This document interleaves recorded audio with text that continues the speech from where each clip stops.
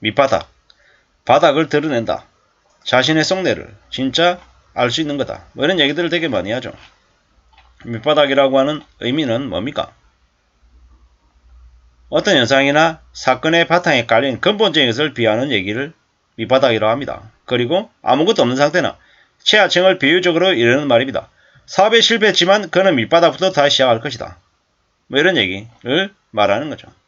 밑바닥에서 가장 사회에 끌어오르는 점이 잘 보인다. 밑바닥을 보고 싶은 욕망에 뭐 어쩌고 저쩌고 이런 얘기들이 있죠.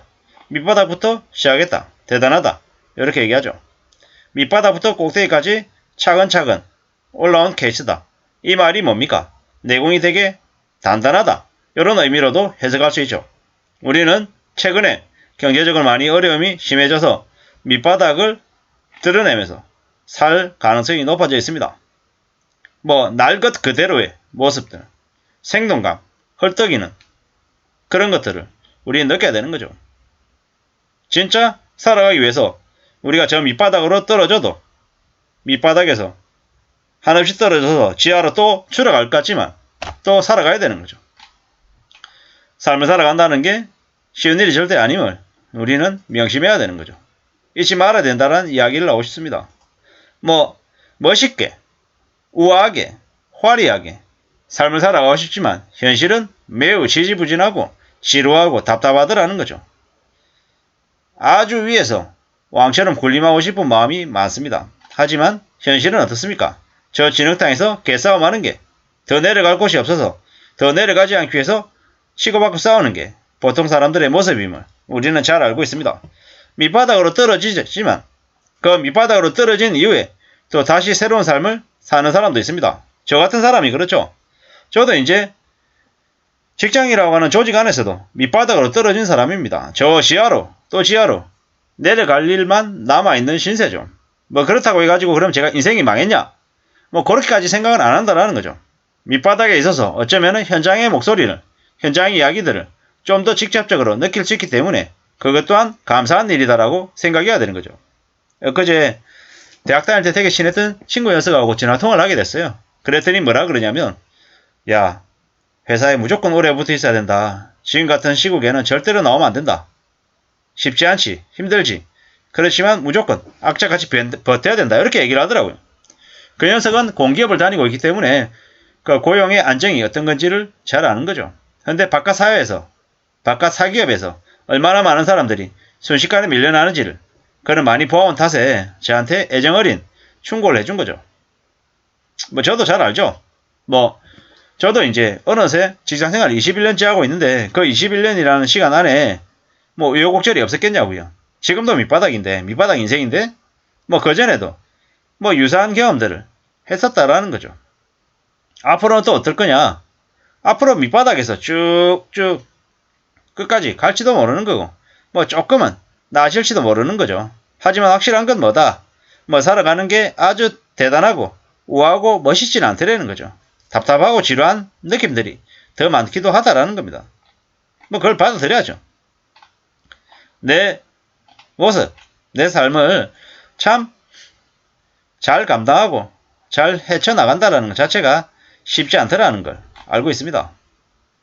뭐 밑바닥이다. 물이 말라가지고 밑바닥에 돌이 드러난다. 뭐 나중에 명백히 드러난다. 뭐 이런 얘기를 하죠. 밑바닥부터 시작한다. 뭔가를 바닥부터 시작한다라는 것 자체가 나름의 의미가 있는 것 같습니다. 밑바닥. 밑바닥을 잘 들여다보면 진짜 본질, 진짜 중요한 게 뭔지를 알 수 있겠죠. 알 수 있고 또 그러한 것들을 볼 필요가 있다라고 또 말씀을 드리고 싶습니다. 밑바닥이다. 밑바닥 체험. 뭐 이런 얘기도 있죠. 장사를 접었다. 직장이 잘렸다. 코로나의 밑바닥부터 무너졌다. 이런 얘기들 하는데요. 고통받는 사람들의 이야기들을 할 때 밑바닥이라는 얘기를 하는 것 같습니다. 우리가 그 밑바닥으로 내려가면 내려갈수록 현실을 좀 더 적나라하게 깨닫는 것 같습니다. 참 두렵죠. 겁나는 일들이 되게 많은 시대가 요즘임을 잘 알고 있습니다. 의도했건 의도하지 않았건 빚의 무게에 짓눌리는 사람들이 어떻게 지낼 수 있을까? 상상만 해도 끔찍하죠. 저도 30대 초반에 미친 듯이 사업하겠다고 설치고 다닐 때 돈이 없어가지고 뭐 찜질방에서 자고 또 찜질방에 가는 돈도 어떨 땐 아까워서 그냥 일했던 오프라인 대형마트 교육실에서 문 걸어 잠그고 몇 시간을 잤던 기억이 나는데요. 지금 생각해보면 월세 30만원이 아까워가지고 없어가지고 월세방을 못 구해가지고 전전긍긍하면서 살았던 때가 있죠. 물론 그래도 그때는 되게 젊었기 때문에 지나왔던 것 같은데요. 지금 그렇게 살라 그러면 아무래도 못 살 것 같죠. 서러워서 불행해서. 뭐 이래저래 이번에 무리하게 빚을 진 사람들의 삶이 얼마나 참혹할지 잘은 모르겠지만 조금은 알 것 같습니다. 조금은. 뭐 그런 사람들에게 다 네가 선택한 거잖아. 네 잘못이잖아. 네가 다 감당해야지. 라고 얘기하는 말이 얼마나 잔인하고 무서운 얘기인지도 아주 조금은 알 것 같습니다. 어떻게 살아야 되지? 어떤 일이 나한테 앞으로 벌어질까? 과연 나한테 나아지는 시간은 과연 올까? 이런 고민들도 분명히 할 텐데요. 확실한 건 뭐다? 시간이 지나면 어떤 식으로든 조금씩은 나아지더라는 거죠. 그렇기 때문에 너무 절망하고 너무 낙심하지만 마시라. 뭐 그럴 때는 미친 듯이 일로 좀 몰입해서 도망가는 것도 좋겠다라는 거죠. 잡생각이 많이 들고 밤에 자려고 해도 잠이 안 오고 새벽에 계속 깨고 어떻게 살아야 되지 하는 대충격들이 대혼란들이 아마 생길 수 있을 거다라는 거죠. 하지만 확실한 건 뭐다? 어떻게든 살아낼 각오를 해야 된다라는 거죠.